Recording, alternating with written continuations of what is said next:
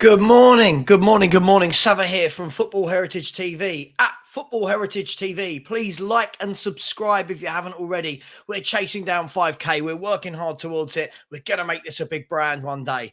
So please be part of that journey, and thank you to everyone who has been so far. Happy Wednesday to you, Hump Day. It's another day full of Premier League matches. You've got the big one, Man City versus Arsenal. But we are going to be looking today. I'll do a video about Man City and Arsenal later, but we're going to be looking today at the tactical dilemma that Ryan Mason finds himself in at Tottenham Hotspur. Now, the reason I say it's a tactical dilemma is this. Let's look at the facts. Spurs have a very mishmashed squad. Not the easiest thing to say. Spurs have a very hickledy-pickledy squad, whatever you want to call it. Let's be fair. It's unbalanced. What does Ryan Mason do? We know from his time before when he took over at Tottenham for 7-8 games, whatever it was that he played. I can't remember now, maybe 9-10, I don't know, that he liked to play a back four. Now, the problem is I'm a big advocate of the back four, but I'm also a big advocate of playing a back four when your fullbacks are fit. Maybe a Ben Davies and Emerson Royal, not with Perisic and Porro. And I think that's what people, when they were all getting on to me at the weekend, I wasn't saying playing a back four with wing backs, especially when Perisic for me isn't even a wing back. Anyway, we digress. So my question is this: what does Ryan Mason do? Now, many of you in the comments now will be typing away, giving your own thoughts. He'll do this. It doesn't matter, blah, blah, blah. But of course it matters. We sit here and I see a lot of people say on their YouTube channel, on Instagram, on Facebook, on radio phone-ins, doesn't matter which manager we get, of course, all of these things matter. Of course they do. So I'll ask you this. What does Ryan Mason do in his first game? How does he bring any feel-good factor back to Tottenham for the game against Man United? Can he bring any feel-good factor? Is it all too little, all too late? It's a home game. There'll be 61,000 people there. Against Man United, who are a good team. They're a good team. They're not a great team, but they're a very good team. Just played 120 minutes in an FA Cup semi-final. We should be fresher, but losing 6-1 and chasing Newcastle all over the pitch has probably had the very same effect that 120 minutes would in the FA Cup. So what does Ryan Mason do? Let's break this down. First and foremost, you've got the question of what tactic is he going to play? Is he going to play with a 4 at the back? Is he going to play with 2 in midfield, 3 in midfield? Is he going to go 4-2-3-1, 4-3-3, 4-3-1-2? What is Ryan Mason going to do? Now, that's assuming he goes for a 4. Ryan Mason could easily go to a 5. Now, what do we do if we go to a 5? Kind of writes itself, doesn't it? If you go to a 5, the only questions you have to ask yourself is, does he play a 3 in the middle or a 2? Does he persist with the front 3, or does he go with a 3 in the midfield, i.e. Sarr, Bentancur and Højbjerg? Sorry, Sarr, Højbjerg and Skip. Don't know where Bentancur came from. Will that work better in a 3 rather than when they tried it with a 2 at the back? Lots of different questions. Then you've got, who's the centre-halves going to be? Are we literally going to go again with Dyer, Romero and Longley? Or is Ben Davies back? Does Tanganga come in? Does Sayers get a game? Young lad from the youth team, does he come in? Pascotti, I've probably got his name wrong, or Pacozzi or whatever his name is, does he come in? Does Ryan Mason chuck in a Mundle, a Divine, someone like that? Maybe take a bit of heat off the crowd because crowds love to see players from their own academy. And it'd be very difficult for the fans to be toxic when a young player like a Mundle or a Sayers or a Divine or a Donnelly are in the team. Does he drop Kulusevski, who's having a mare? Let's be really honest. As much as people might like him and want to defend him, the guy is having a mare. He looks absolutely shocking at the moment. He looks bereft of ideas. He looks bereft of any in-game management.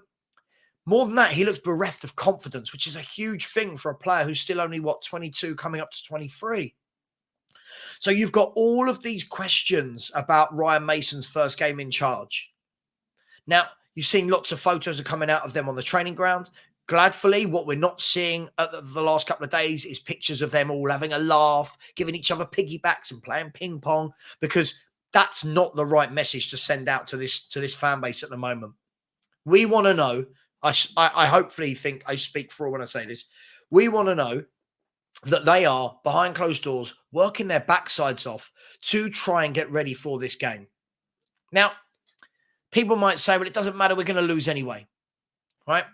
But we talked about this yesterday on the Irish Hotspur channel. As football fans, all football fans experience losing.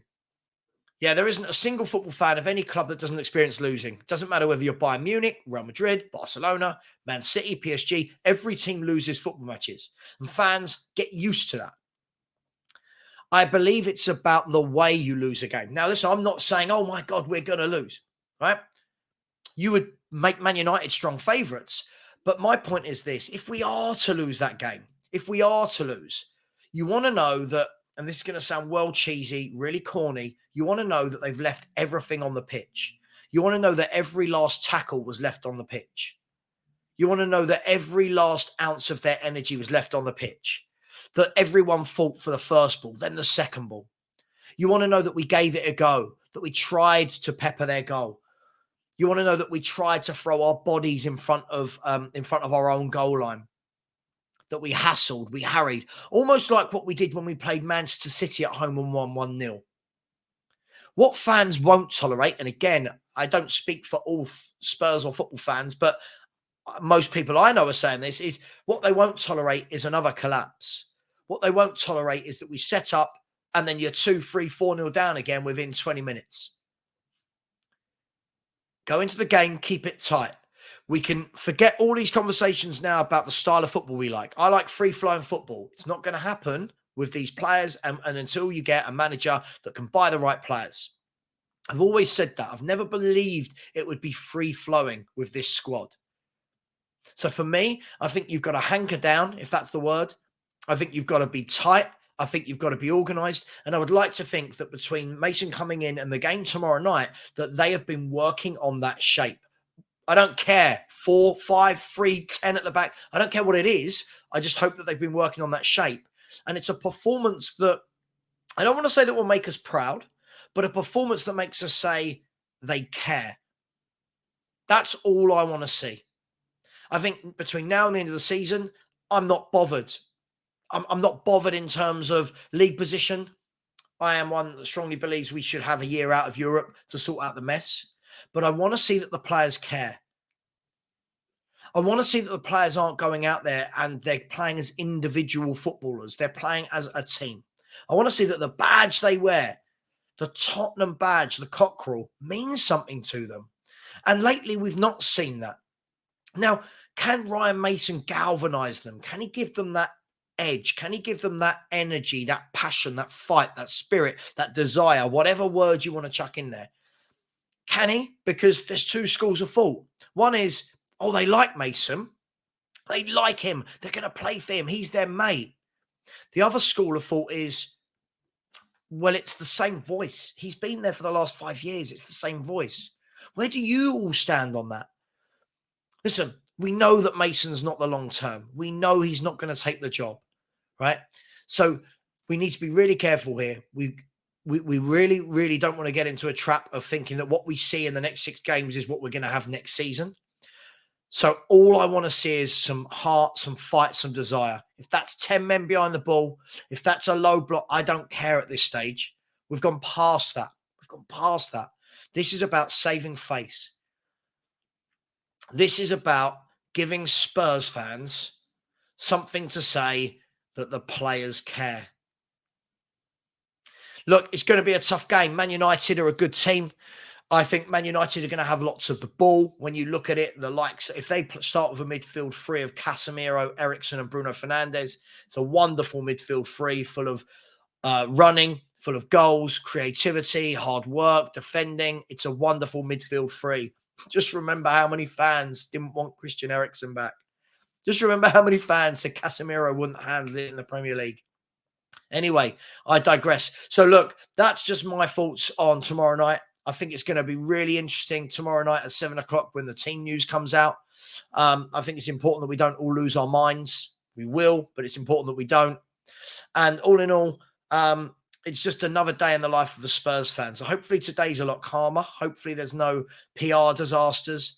Hopefully there's no player disasters. Hopefully we can literally just hunker down, train as a team, and prepare for tomorrow night.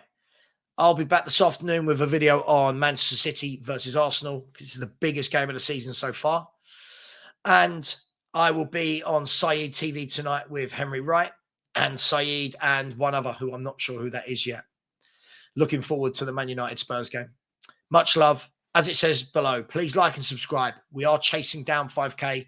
I really appreciate all your support and help me get there quickly. We're just over 200 away. Thank you, everyone. Please leave your comments. Please like. See you soon.